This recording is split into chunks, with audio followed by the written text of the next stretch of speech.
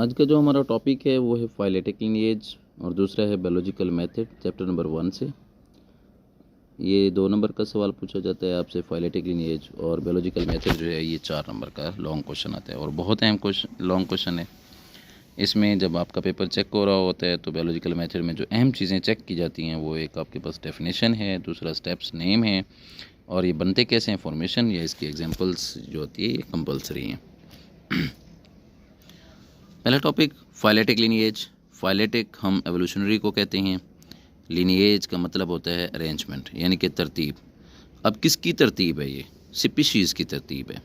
कहाँ से कहाँ तक है तो आपने याद रखना है एंसेस्टर टू डिसेंडेंट्स है, ठीक है। और हर जो बाद में आने वाली स्पीशीज़ होती हैं वो पहले से मौजूदा स्पीशीज़ से क्या होती हैं? तैयार होती हैं। यानी कि ऐसी तरतीब जिसमें पहले से मौजूदा ऑर्गेनिज्म से जो बाद में आने वाली स्पीशीज़ हैं वो तैयार होती हैं एंसेस्टर टू डिसेंडेंट्स, उसे हम क्या कहते हैं? फाइलेटिक लिनिएज कहते हैं। इसमें हम ये भी देखते हैं ऑर्गेनिजम्स, तमाम जो ऑर्गेनिजम्स हैं उनका कॉमन ओरिजिन होता है अर्ली लाइफ में। इंसेक्ट्स की परसेंटेज देखें 53.1% है, वस्कुलर प्लांट्स की 17.6%, एनिमल्स अदर देन इंसेक्ट्स की 19.9% होती है, एल्गी, प्रोकैरियोट्स एंड प्रोटोजोआ की 9.4% जो हैं वो मौजूद हैं। यहाँ तक आपने लिखना होगा डिफाइन फाइलेटिक लिनिएज में। उसके बाद बायोडाइवर्सिटी क्या है? बायोडाइवर्सिटी असल में कहते हैं स्पीशीज़ की अक़साम या उसकी तादाद को जो किसी जगह में पाई जाती है, चाहे वो अमंग द इकोसिस्टम हो चाहे वो विद इन द इकोसिस्टम हो। अकॉर्डिंग टू साइंटिस्ट, साइंसदानों के मुताबिक अगर हम देखें स्पीशीज़ की तादाद का जो अंदाज़ा लगाया गया है, एस्टिमेट लगाया गया है, वो 5 से 30 मिलियन है। लेकिन हम 5 से 30 मिलियन के बारे में इल्म नहीं रखते, ना ही हम जानते हैं। जितनी हम जानते हैं वो कितनी है? 2.5 मिलियन। अक्सर एग्जाम में ये MCQs भी आपसे पूछा जाता है कि 2.5 मिलियन स्पीशीज़ के बारे में हम क्या होते हैं? जानते होते हैं या आइडेंटिफाइड जो हैं वो मौजूद हैं। उसके बाद फोसल रिकॉर्ड। याद रखिएगा कि हमारे पास फोसल रिकॉर्ड में एनिमल्स 2 किस्म के होते हैं, एक हार्ड बॉडेड होते हैं और एक जो होते हैं वो क्या होते हैं? सॉफ्ट बॉडेड एनिमल्स जो हैं वो कहलाते हैं। जैसे आपके पास वॉर्म्स हैं, वॉर्म्स, ठीक है, कीड़े वगैरह हैं, इनकी बॉडी अगर हम देखें तो ये सॉफ्ट होती है, इसलिए अगर ये डेड हो जाती हैं, मर जाती हैं, तो इनका फोसल जो होता है वो प्रिजर्व नहीं होता। लेकिन हार्ड बॉडेड एनिमल्स, ह्यूमन्स हैं, एनिमल्स हैं, अदर लिविंग ऑर्गेनिजम्स हैं, तो वो क्या होते हैं? जो हार्ड बॉडी रखती हैं उनका जो फोसल्स होता है वो क्या हो जाता है? ज़्यादा प्रिजर्व हो जाता है। सॉफ्ट बॉडेड एनिमल्स के फोसल के प्रिजर्व ना होने की वजह से हम ये कहते हैं हमारा फोसल रिकॉर्ड जो है वो इनकम्प्लीट है। Very important long questions. Biological method क्या होता है? सबसे पहले आपने उसकी डेफिनेशन करनी है। ऐसा तरीक़ाकार है जिसमें बायोलॉजी के मसले को हल किया जाता है, उसे हम क्या कहते हैं? बायोलॉजिकल मेथड कहते हैं। साइंस को जब हम देखते हैं तो हम इसे सिस्टमाइज्ड नॉलेज कहते हैं, मतलब एक मुनज़्ज़म इल्म है। जबकि इसके स्टेप्स की बात की जाए तो स्टेप्स ऑफ बायोलॉजिकल मेथड 4 हैं, यानी कि ऑब्जर्वेशन, हाइपोथेसिस, उसके बाद थ्योरी है और क्या है? लॉ होता है। अब ऑब्जर्वेशन क्या होता है? इसे हम कहते हैं first step of biological method.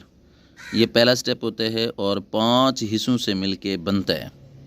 वो हिस्से कौन सी हैं? एक आपके पास टेस्ट है, एक आपके पास टच है, एक स्मेल है और एक हेयरिंग है आपके पास और एक विजन है। यानी कि इन 5 हिस्सों से ऑब्जर्वेशन हमेशा बनाई जाती है। अगर ये 5 हिस्से होंगी तो आप ऑब्जर्वेशन बना सकते हैं, अगर इनमें से नहीं है ये 5 हिस्से तो आप ऑब्जर्वेशन को तैयार नहीं कर सकते। इसकी 2 किस्में होती हैं, एक क्वालिटेटिव, एक क्वांटिटेटिव। क्वालिटेटिव हमेशा क्वालिटी पे डिपेंड करते हैं। आप किसी भी खूबी को मतलब मैयर नहीं कर सकते, उसका नंबर में रिकॉर्ड भी नहीं रख सकते और उसे नंबर में एक्सप्रेस भी नहीं कर सकते, इसलिए इसे लेस एक्यूरेट कहा जाता है। जैसे आपके पास कलर है या टेस्ट है, ठीक है, तो ये क्या कहलाएगी? क्वालिटेटिव ऑब्जर्वेशन कहलाएगी। दूसरी आपके पास जो होती है उसे हम कहते हैं क्वांटिटेटिव ऑब्जर्वेशन। अब क्वांटिटेटिव ऑब्जर्वेशन जो होती है ये क्वांटिटी यानी कि मिकदार पे डिपेंड करती है। आप इसे मैयर भी कर सकते हैं, एक्सप्रेस भी नंबर में कर सकते हैं और रिकॉर्ड भी इसका रख सकते हैं और ये मोर एक्यूरेट होती है। जैसे आपके पास साइज़ या वॉल्यूम जो होते हैं इन्हें आप क्या किया जा सकता है? क्वांटिटेटिव ऑब्जर्वेशन कहा जा सकता है। अब हाइपोथेसिस क्या होता है? ऑब्जर्वेशन का जो हतमी फैसला होगा, यानी कि tentative explanation of observation is called hypothesis. उसे हम क्या नाम देंगे? हाइपोथेसिस कहेंगे। अब हमेशा हाइपोथेसिस में 2 लफ्ज़ हम इस्तेमाल करते हैं, एक इफ़, एक एंड देन, ठीक है। एक हमारे पास इफ़ होता है और दूसरा क्या होता है? देन होता है। यानी कि अगर ये चीज़ ये नहीं है तो फिर क्या है? ये सवाल होता है आपके पास। तो पहला जो हमारे पास है 2 रीजनिंग्स पर मुश्तमिल होता है। एक रीजनिंग को हम कहते हैं डिडक्टिव और एक को कहते हैं इंडक्टिव। डिडक्टिव रीजनिंग ये होती है कि मूव्स जनरल टू स्पेसिफिक। इसका मतलब ये होता है कि आपने स्पेसिफिक कंक्लूजन निकालना है, यानी कि स्पेसिफिक रिजल्ट जो है एक आम बात से निकाल लेना है। वो क्या है? If we accept that all birds have wings. अगर हम ये बात मान लेते हैं कि तमाम परिंदों के पास पर होते हैं, देन आप ये भी कह सकते हैं कि स्पैरो और बर्ड्स। ठीक है, स्पैरो क्या होते हैं? परिंदे हैं, तो स्पैरो के पास क्या होने चाहिए? पर होने चाहिए।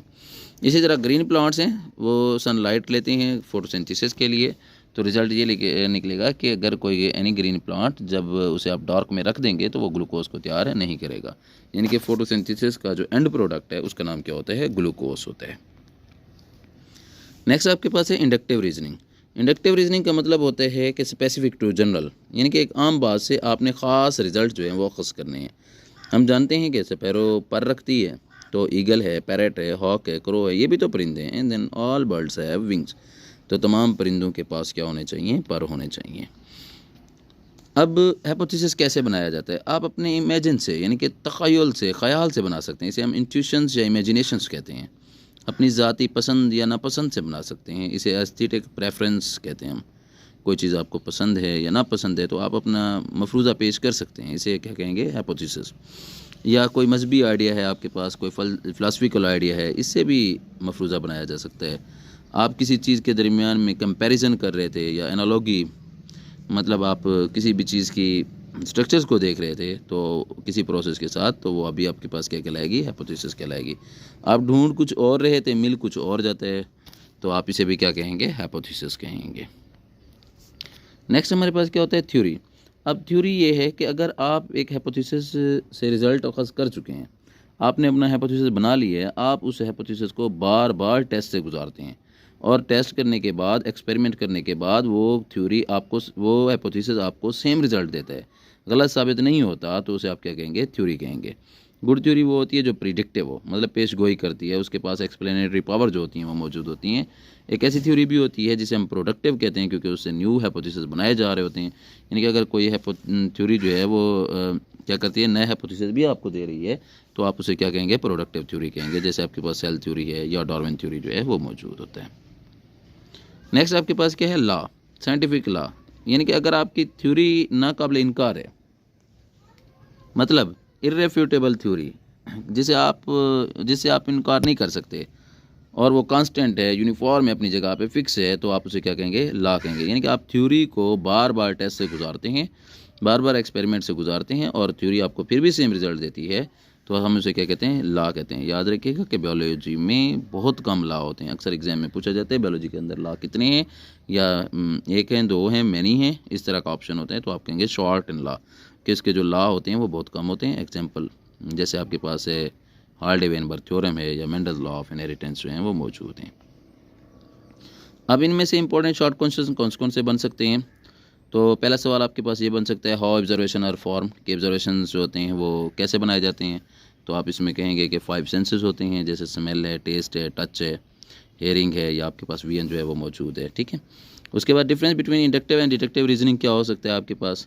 ये आपने अभी पढ़ा है कि स्पेसिफिक टू जनरल, या आपके पास जो होता है जनरल टू स्पेसिफिक, इनके बारे में आपने क्या करना है? इसमें लिखना है। How hypothesis are form, hypothesis कैसे बनाए जा सकते हैं? ये इंट्यूशन से, इमेजिनेशन से आपने पढ़ा। ठीक है, तो ये आपके पास क्या कहलाएगा? रिलीजियस या फिलोसफिकल जो आइडिया होगा ये हाइपोथेसिस कहलाएगा। इसकी आप एक डेफिनेशन भी लिखेंगे कि tentative explanation of observation is called hypothesis. अब difference between theory and law, अब थ्योरी और लॉ में फ़र्क क्या होता है? तो आपने थ्योरी एंड लॉ में ये फ़र्क लिखना है कि अगर हाइपोथेसिस को बार बार चेक किया जाता है और वो सेम रिजल्ट देती है तो उसे थ्योरी, अगर थ्योरी को बार बार चेक किया जाता है और वो सेम रिजल्ट देती है तो उसे हम क्या कहते हैं? लॉ कहते हैं। Give comments, like and subscribe. Thank you.